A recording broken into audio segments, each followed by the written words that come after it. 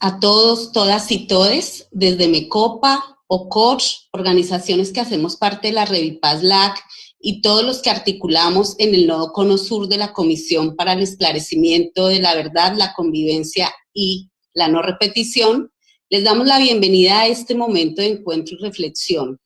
Saludamos especialmente a nuestros panelistas, los productores del documental La Paz Difunta, Carlos Echeverry y Juan Pablo Méndez, al comisionado Carlos Martín Berenstein y muy afectuosamente a Magda Correa de Andrés, hermana del profesor Alfredo Correa de Andrés. Agradecemos las conexiones desde Colombia y otros lugares del mundo de las personas que han dado su testimonio a la comisión, de quienes soportan estos esfuerzos en el exilio y en Colombia, de las organizaciones de derechos humanos, de nuestros amigos y familiares que esta tarde nos acompañan. Vimos por primera vez este documental de La Paz Difunta sin conocer muy de cerca a Carlos ni a Juan Pablo, y nos sorprendió que en sus voces, en sus reflexiones íntimas, en sus broncas, en sus lágrimas, estaban también dichas las palabras de muchos, muchas y muchos de nosotros. Ese es el sentido de este encuentro, sumar nuestras esperanzas y anhelos para visibilizar el exilio y sus impactos y rechazar los daños pasados y presentes de la violencia política en Colombia con la convicción profunda de que esto no debería repetirse nunca más. Luego de la presentación daremos lugar al panel y estaremos atentos y atentas a sus comentarios y preguntas. Sin más, le damos la palabra a Juan Pablo Méndez, director del documental. Juan Pablo, tienes la palabra. Diana, muchas gracias.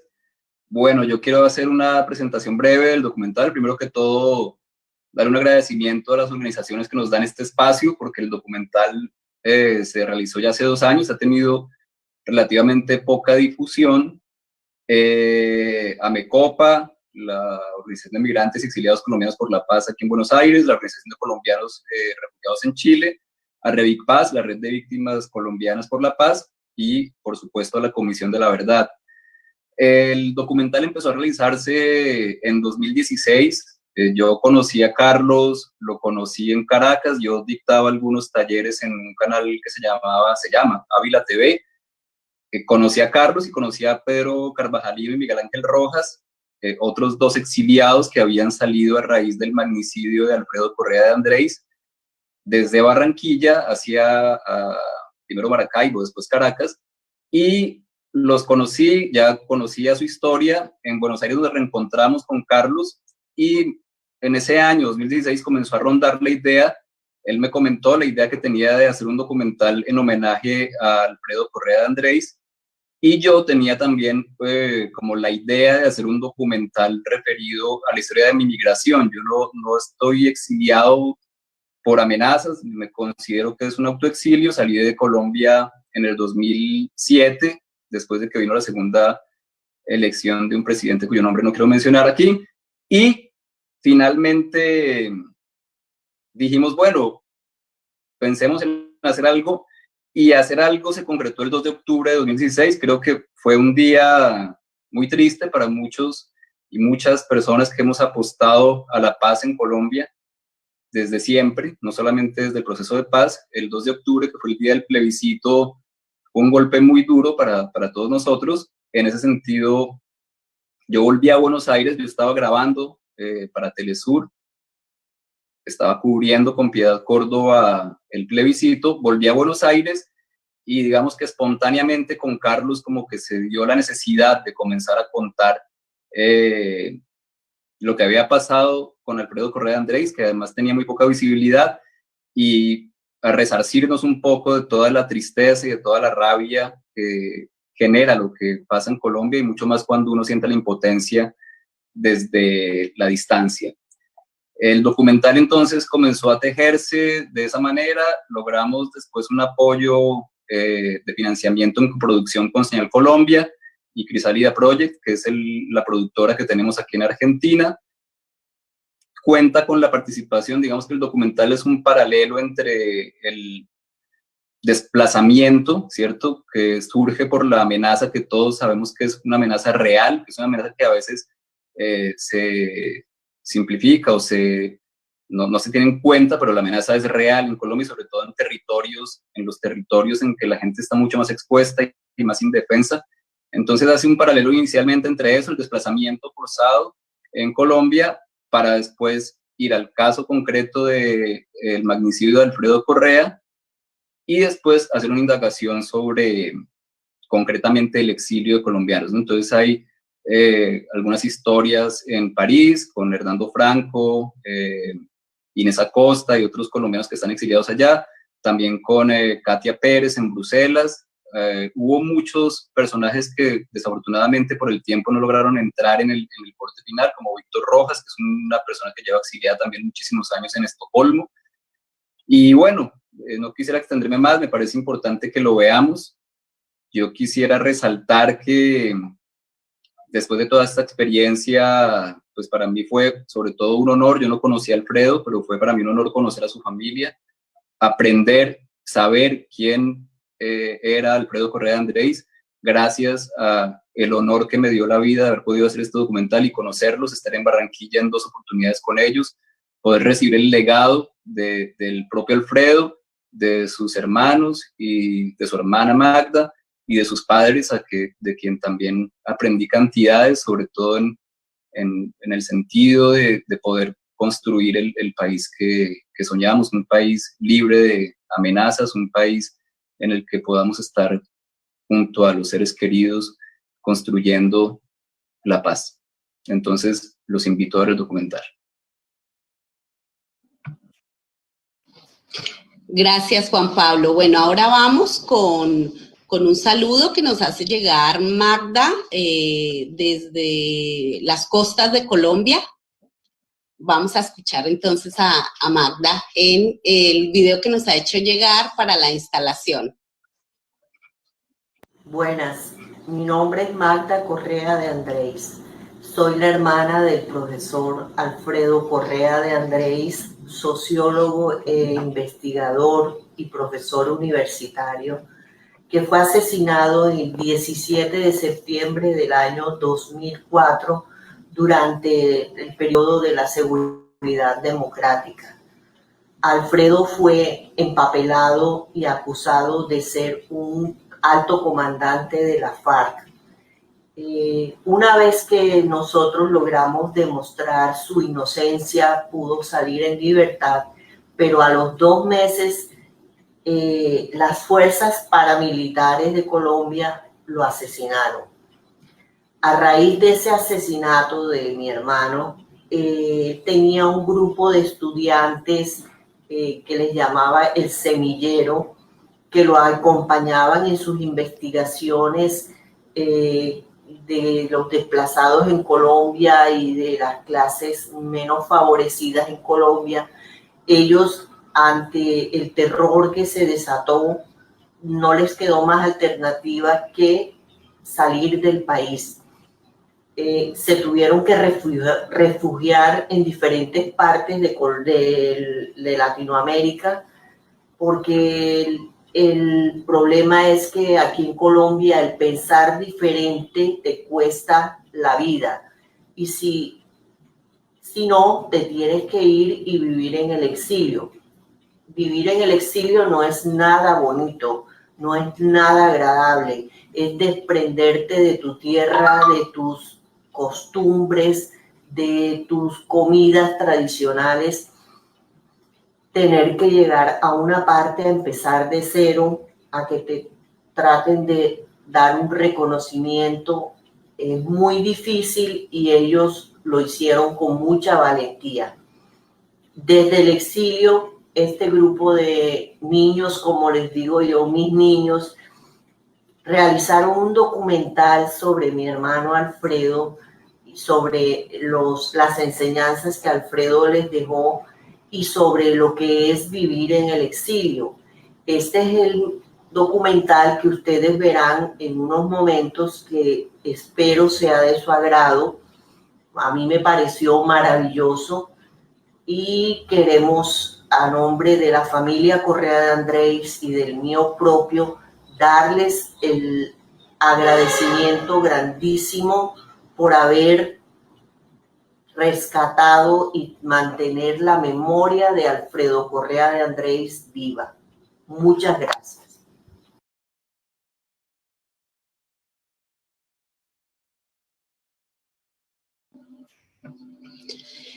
Bueno, ahora vamos con el documental. Vale la pena recordar que después de que veamos el documental vamos a tener la oportunidad de llevar a cabo un conversatorio en el que participarán Carlos Echeverry, Juan Pablo Méndez, Magda Correa de Andrés y va a estar moderando un compañero del Nodo Cono Sur de la Comisión de la Verdad y junto al comisionado Carlos Martín Berenstein. Entonces, ahora vamos con el documental. El día que yo llegué del plebiscito, que estuve aquí en tu casa, hablábamos de que posiblemente tú hubieras sido un falso positivo. La respuesta es que sí, bueno, me hubiesen matado. Caído en el limbo espiritual, suspiro por nuevos suplicios. Habían pasado 2 años desde que empezamos a hacer esta película con el pollo. Él volvía a Colombia después de 13 años de exilio a encontrarse con viejos amigos. La paz, tal como la conocemos y como la luchamos, ha muerto, Alfredo. Los ideales que no cambian la vida corrompen el alma. El tema viene es cuando no te quieres ir, como hizo Alfredo. El espejo ya no me refleja, me culpa. Alfredo dijo que él no se iba del país porque iban a aparecer como huyendo. Y el tipo se quedó y lo mataron. Creo que aquí muchísima gente quiere la guerra y que considera que la guerra es la solución. Y todos aquellos que pregonan la paz están en peligro de muerte aquí. Como escribió Eduardo Galeano a propósito de sus propias experiencias en el exilio es otra manera de morir. Hola. Apenas tuvimos el tiempo de, pues mis padres tuvieron el tiempo de decirle chao a mi abuela, a los hermanos, y ahí cogimos el avión y vinimos para acá. Somos la única sociedad en donde el pueblo no ha sido incluido en el proyecto nacional. Mi amenaza fue de bomba, donde yo estuviera iban a bombardear. Dame fe en una causa, aunque sea perdida. En la puerta de la cárcel me dijo, papá, me han puesto un Cristo aquí. Dios mío, sálvame de esta paz difunta.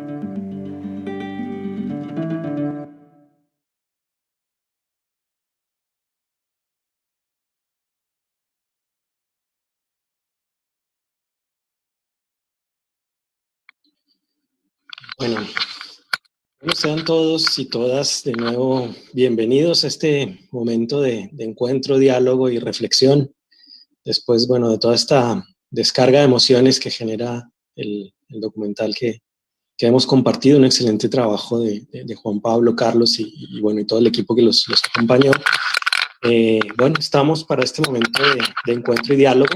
Para quienes no nos siguieron desde el principio, les recordamos, vamos a tener un panel con invitados muy especiales. Está Juan Pablo Méndez y Carlos Echeverry. Bueno, ya los vieron en acción, productores del documental. Está también con nosotros Magda Correa de Andrés, hermana del profesor Alfredo, y el comisionado Carlos Martín Berenstein. Bueno, les proponemos la siguiente dinámica. Vamos a hacer una primera ronda de preguntas. Digamos, el único llamado es a que seamos lo brevemente necesarios, considerando las diferencias horarias de los que están acompañándonos en la transmisión. Bueno, nuestra primera pregunta es para Juan Pablo Méndez.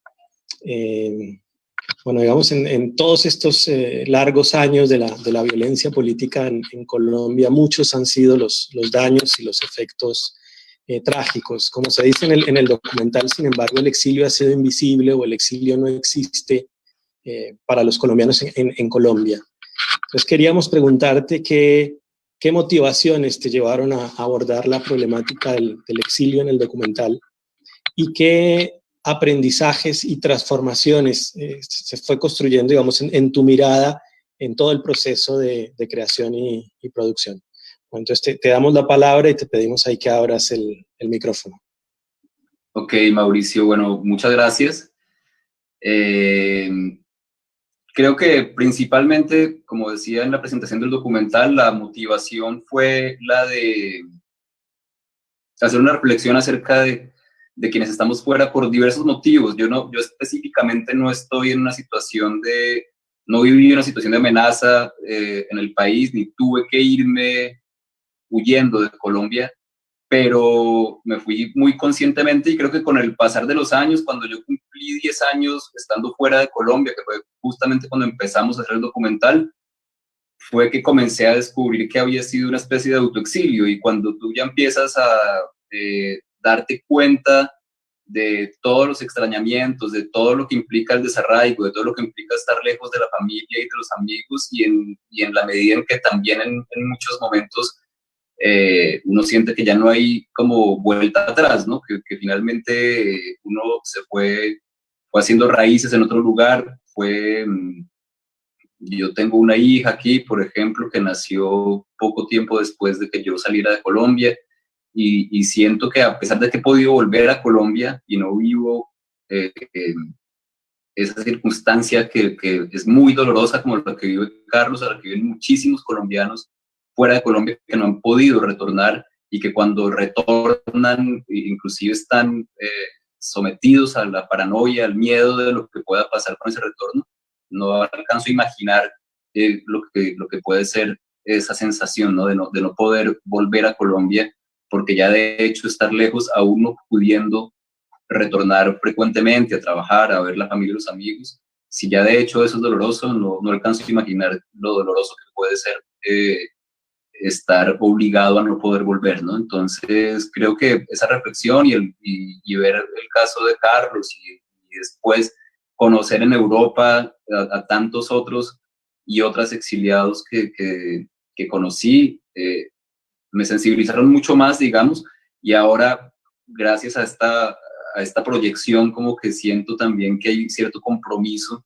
Me alegra muchísimo ver la reacción de mucha gente, los comentarios en el Facebook que están como agradeciendo justamente por hacerlo visible, y me parece que esa es como la responsabilidad de quienes estamos lejos, tal vez también contribuir para que esta situación no se dé, para que se visibilice mucho más, y para que muchos puedan o volver o simplemente también tener un espacio, y mucho más en este momento en que necesitamos mucho la patria con la situación mundial que estamos viviendo. Gracias, Pablo. Para Carlos, compadre, una pregunta. Hemos convocado, bueno, la paz difunta es un diálogo entretejido de actores que nos preguntan, en el contexto del posconflicto actual, si mantener el éxodo o volver. Tus reflexiones en el documental nos van llevando por ese camino, pero si te plantearas hoy frente a esa pregunta, ¿qué nos contarías y cómo crees que ha ido variando esa respuesta? Y te sumaría un poquito más, ¿cuáles crees entonces en este contexto que son como las luchas y las esperanzas que nos esperan? Carlos Echeverri.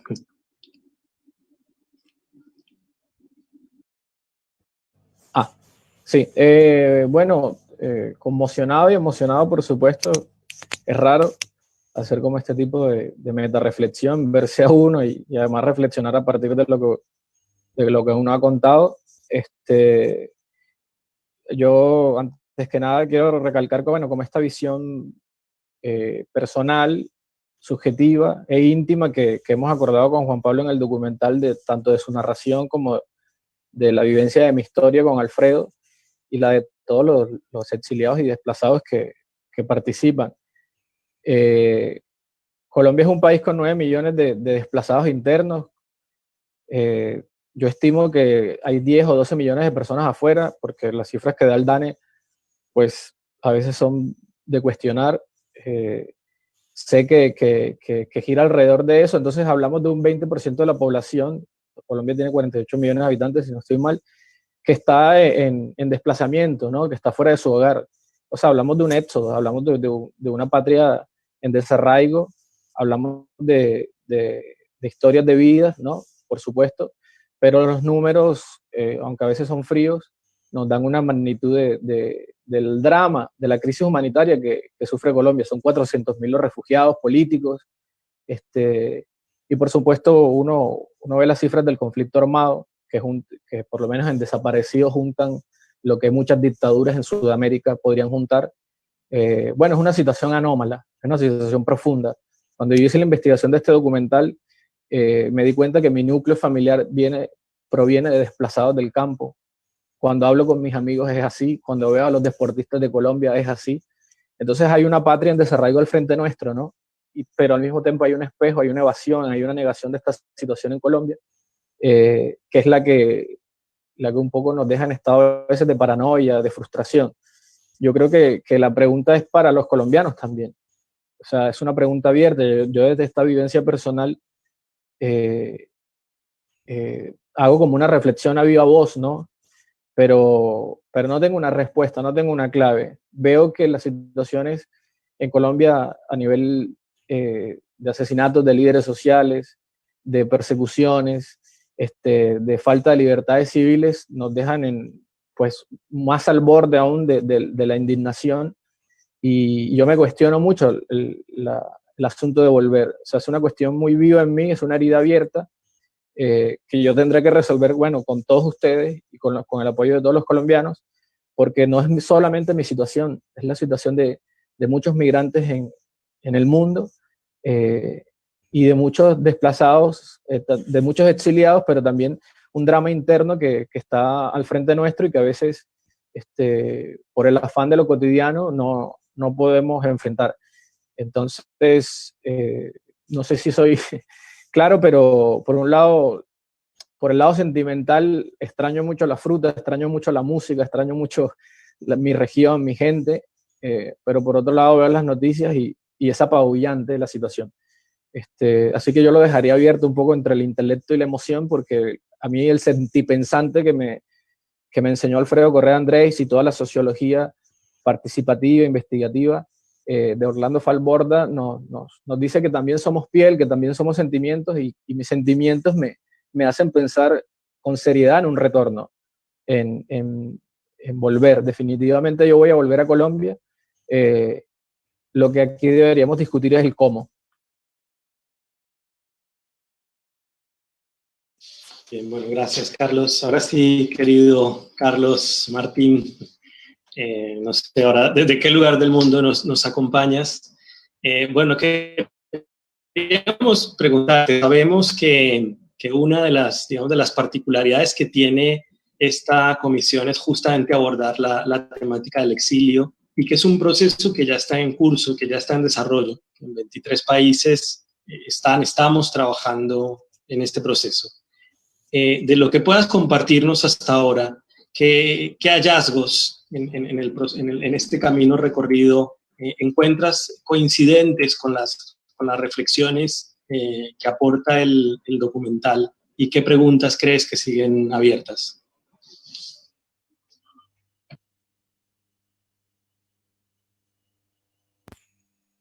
Perdón, Carlos, tienes un saludo primero para... ¿Sí? ¿Se escucha? Sí. Bueno, saludos y saludo también para Carlos y para Juan Pablo. Gracias por contar tu historia y por contarla de esa manera que nos hace parte de ella, ¿no? Porque es parte también de lo que hemos escuchado en el trabajo en este año y medio en el exilio en muy diferentes lugares, ¿no?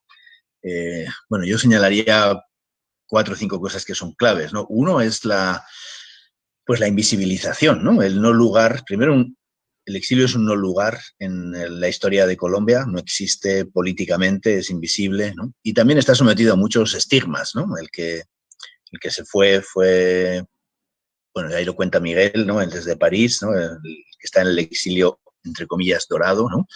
Está la estigmatización, la culpabilización del que se fue, también los sentimientos internos, ¿no? La ambivalencia sobre quedarte o irte, ¿no? Y es lo que eso significa, pues lo que Carlos tú expresas muy bien, el encuentro con la familia, ¿no? Las historias truncadas, ¿no? De lo que cuenta Inés de la maleta que no abrió durante 5 años, o del tiempo que pasó hasta que tú, Carlos, pudiste ir y darle un abrazo a los familiares, ¿no? Y una historia que abierta sin ninguna posibilidad de ser cerrada, ¿no? Y también el sentimiento muchas veces de salvar la vida significa, por una parte, un sentimiento de derrota, decía una de las exiliadas en Francia, pero también de lo que ha significado en la lucha por la paz, ¿no? Tomando testimonios en varios lugares del caso, por ejemplo, de la Unión Patriótica también, ¿no?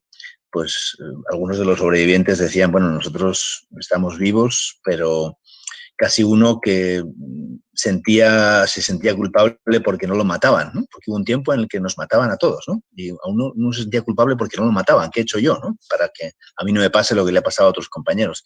Bueno, todo eso demuestra que la política pasa también por los sentimientos, ¿no? Y por la biografía de la gente y la importancia de tener un lugar, ¿no? Aquí hay una historia invisible que no tiene un lugar en Colombia, y ese trabajo que estamos haciendo, pues con la participación de las organizaciones de víctimas, de la gente también organizada, de diferentes sectores en muy diferentes países, es un ejercicio primero de acercarse a la gente y decirle, tu verdad sí es importante, ¿no?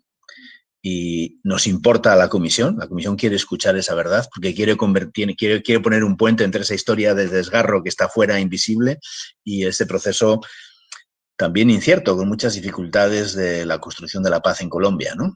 Sabemos de las dificultades y nosotros hablamos de estos factores de persistencia del conflicto y sabemos que Colombia se ha enfrentado a ciclos históricos en los cuales ha sido, digamos, el conflicto armado se ha reciclado y ha habido nuevas formas de violencia que han expulsado otra vez a gente del país y que han matado a cientos de miles de personas, y la importancia que tiene en el momento actual sostener la lucha por la paz, ¿no? La verdad como parte de esa lucha por la paz y la verdad del exilio como una contribución efectiva a esa lucha por la paz. Sabemos que las cosas son difíciles, ¿no? No somos ingenuos en la comisión, sabemos lo que está pasando en el país, pero también no queremos dejar que la paz se vaya por el desagüe, ¿no? Y que la gente que no tiene interés en el proceso de paz o que está llevando a un incumplimiento de ese proceso o que está poniendo de nuevo persecución a líderes sociales, haciendo inteligencia de nuevo, cosas que hemos vivido en el pasado con el DAS, ¿no? Las volvemos a vivir otra vez hoy en día. Eso es intolerable, ¿no? Es intolerable para la comisión y tiene que ser intolerable para el país. Y desde luego en la comisión, y bueno, yo como encargado, vamos a decir, de ese trabajo en el exilio y con el equipo con el que estoy trabajando, estamos tratando de que esa verdad se escuche en Colombia. Y también que haya aportes desde fuera, ¿no? No solamente estamos hablando de víctimas, de gente que tuvo que salir del país, también estamos hablando de reflexiones, ¿no? De aprendizajes, ¿no? De cosas que están en el exilio y que Colombia tiene que escuchar, ¿no? Y bueno, creo que el documental el documental que cuenta una historia, la historia tuya, digamos, Carlos, sobre todo, y también a través tuyo la historia de Andrei, pues es bien importante como parte de ese trabajo colectivo, ¿no? Claro que hay muchos exilios distintos en diferentes épocas, ¿no? Todos ellos son claves, desde los exilios, si quieres, más políticos, de la persecución política, hasta los campesinos, los indígenas que tuvieron que huir del país por la aplicación del Plan Colombia en muchos escenarios, la agudización del conflicto, de la guerra, etcétera. Toda esa es gente invisible en Colombia y que le ha tocado muy duro en los países, ¿no? Y creo que eso es muy, muy importante. También para una última reflexión, ¿no? También la comisión tiene que plantear sus recomendaciones sobre qué hacer en el país, ¿no? Aún en un escenario de una transición política incierta como estamos viviendo y el riesgo de reciclaje de ese conflicto armado, necesitamos una paz más profunda y necesitamos una paz completa, ¿no? Falta un proceso con el ELN, faltan procesos que tienen que profundizarse para hacer de eso, ¿no? Una política real pues probablemente sabemos que esto se va a alargar más en el tiempo de lo que ya sería difícil salir de una guerra de tantos años, pero tenemos que sostener, digamos, la esperanza y el compromiso, ¿no? Por hacer un proceso de paz efectivo y porque al menos en el trabajo que hagamos la Comisión en este tiempo también deje en el país una herramienta para una lucha que se va a tener que seguir haciendo en los próximos años. Y bueno, creo que la contribución desde la gente que está fuera del país pues es una contribución muy importante. Estamos muy cerca pues incluso de mucha de la gente que aparece en ese documental, tratando de abrir un espacio y también enriquecernos con la experiencia que la gente que lleva mucho tiempo fuera y que está haciendo esa pelea por sus propios derechos, pero también por la construcción de la paz en Colombia, tenga un espacio colectivo, ¿no? Eso es el compromiso. Y bueno, es la primera vez que una Comisión de la Verdad hace un trabajo así en medio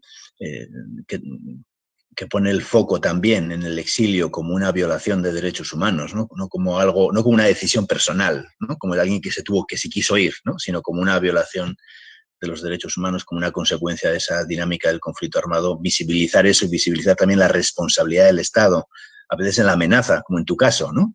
En otros casos en la falta de protección, en la falta de respuestas para la gente durante mucho tiempo, pues es parte de lo que en Colombia tiene que cambiar. Eso es intolerable, ¿no? Y creo que hay mucha gente en Colombia, somos mucha gente quienes estamos acompañando ese proceso que consideramos que eso es intolerable y que hay que seguir empujando en esa dirección.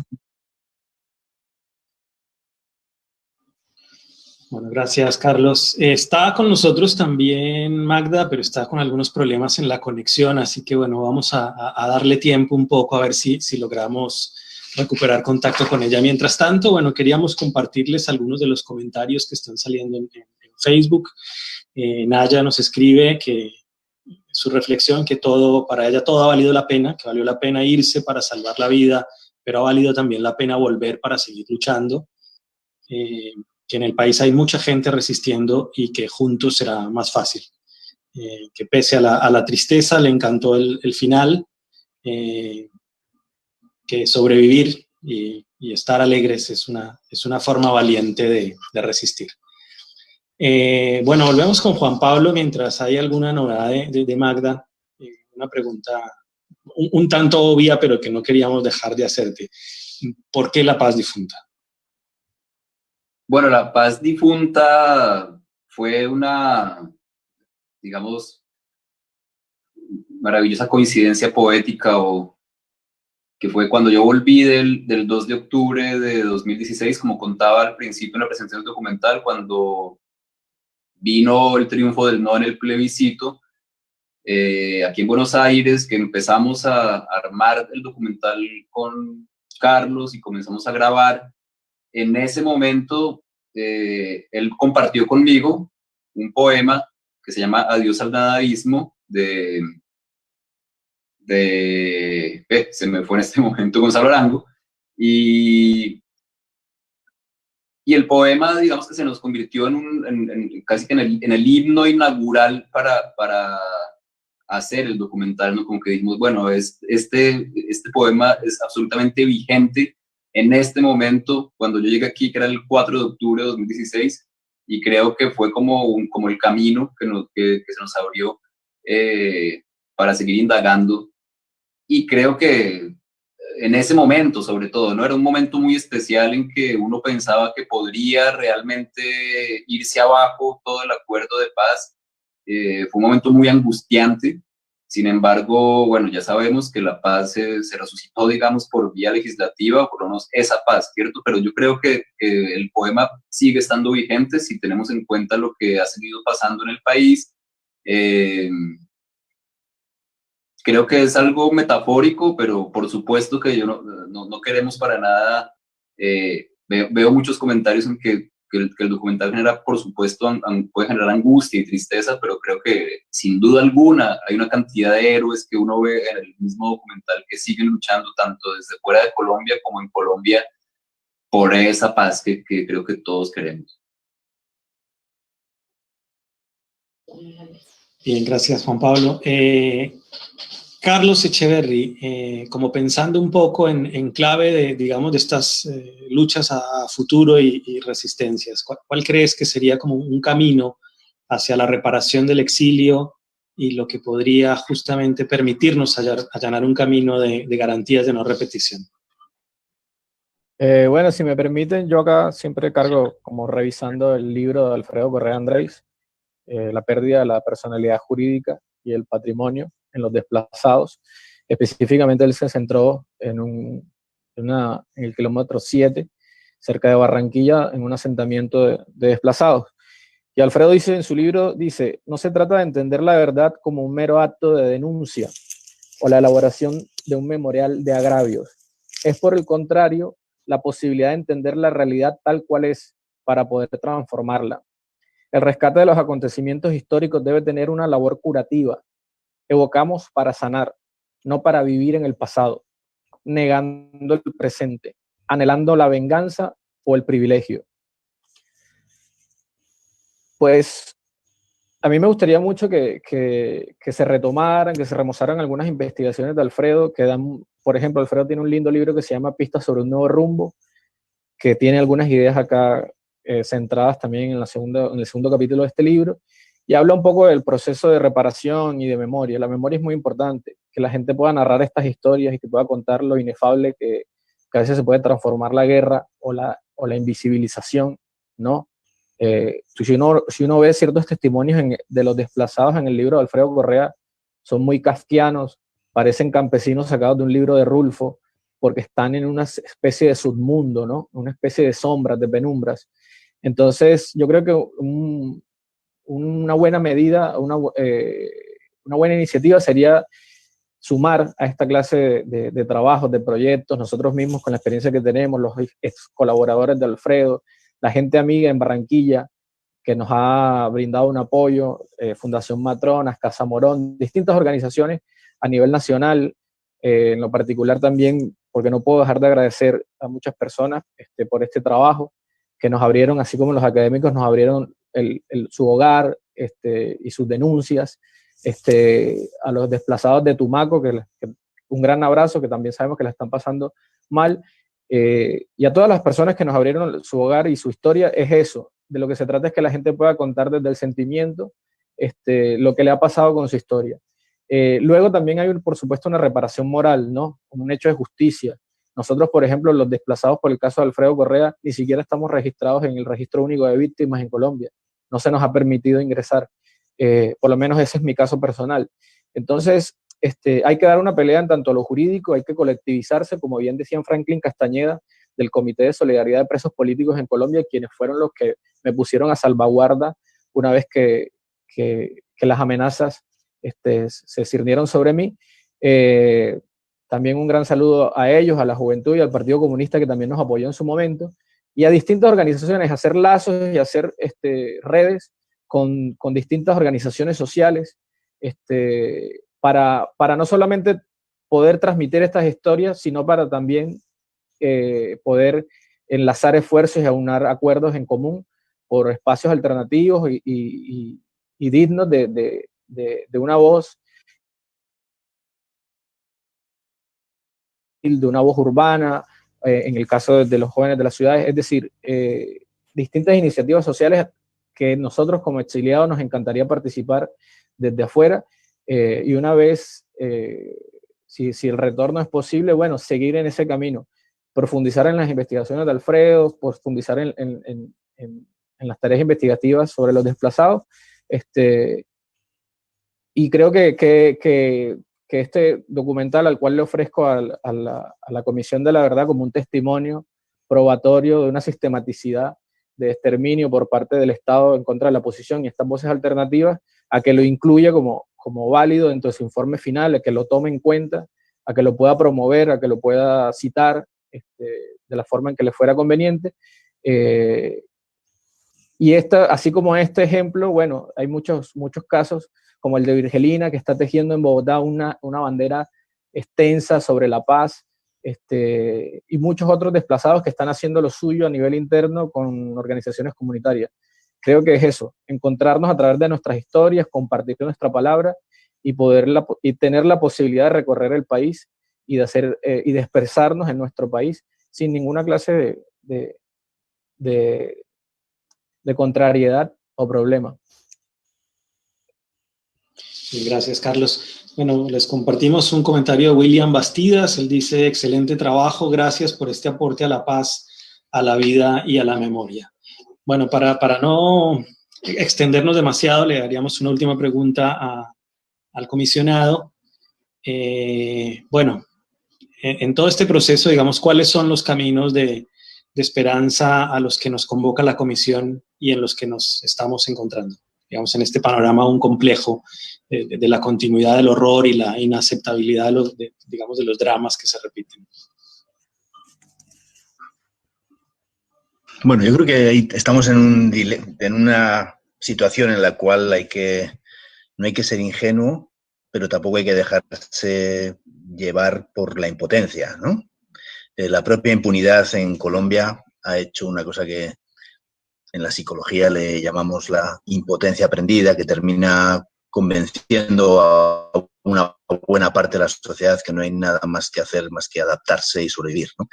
Y creo que necesitamos no creernos no creernos ese mandato de silencio, ¿no? Que ha hecho que mucha gente deje de denunciar, deje de hablar o tenga que paralizarse en su participación, no creernos ese mandato de silencio y también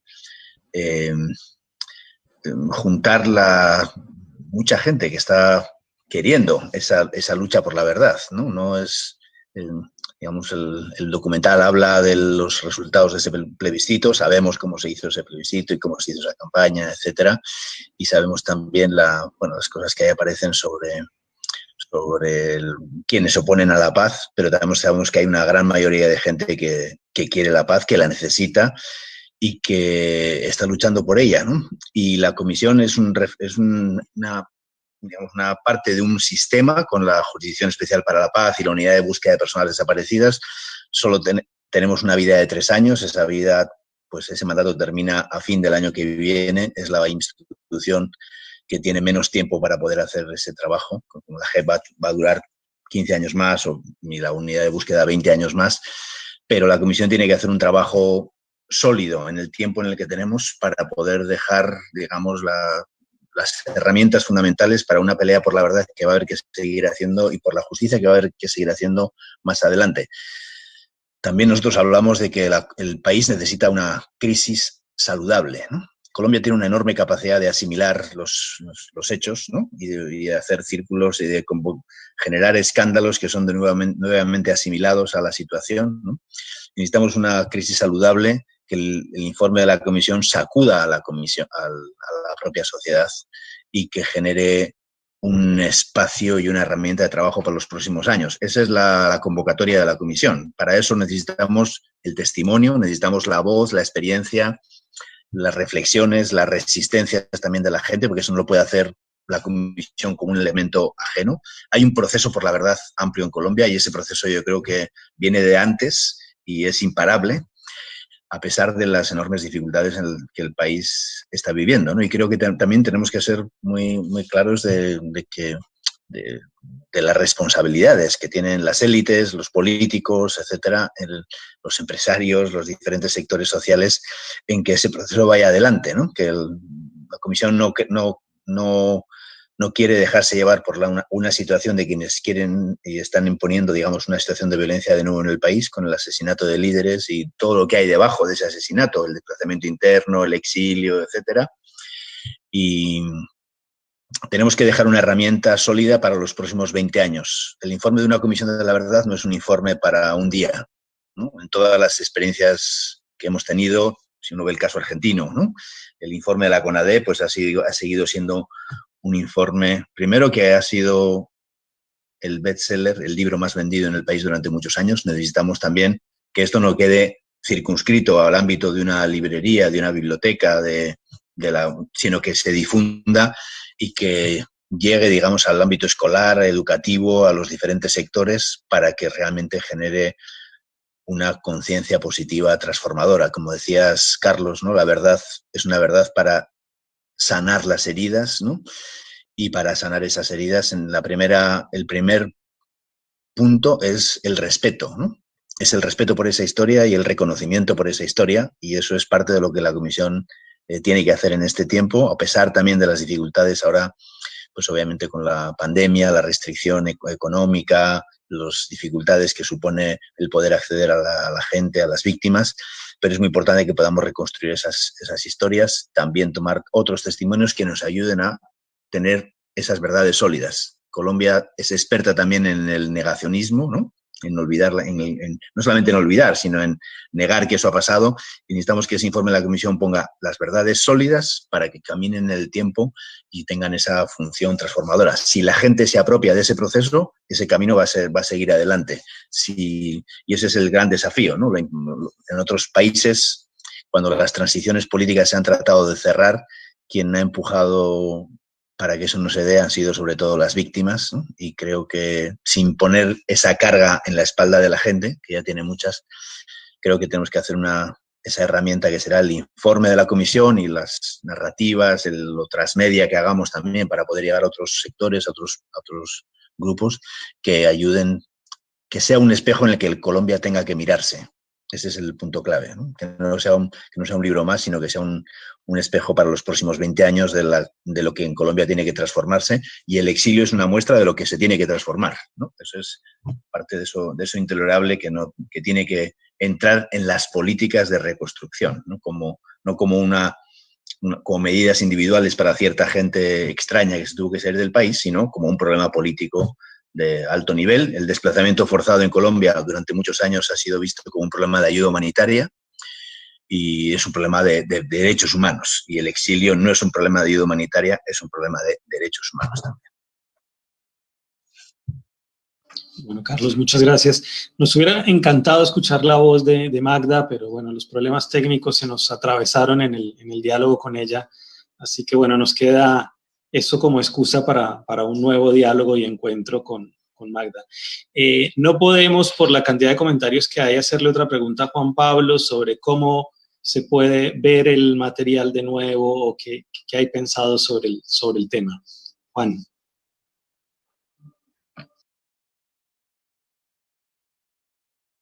El documental creo que próximamente ya va a poder ser publicado. Es un asunto que obviamente tenemos que dilucidar con Señal Colombia, que fue el coproductor. Yo quiero aprovechar para mencionar que este fue un trabajo coproducido, como comenté al principio, entre Señal Colombia y Crisálida Project. El acompañamiento de Señal fue muy importante.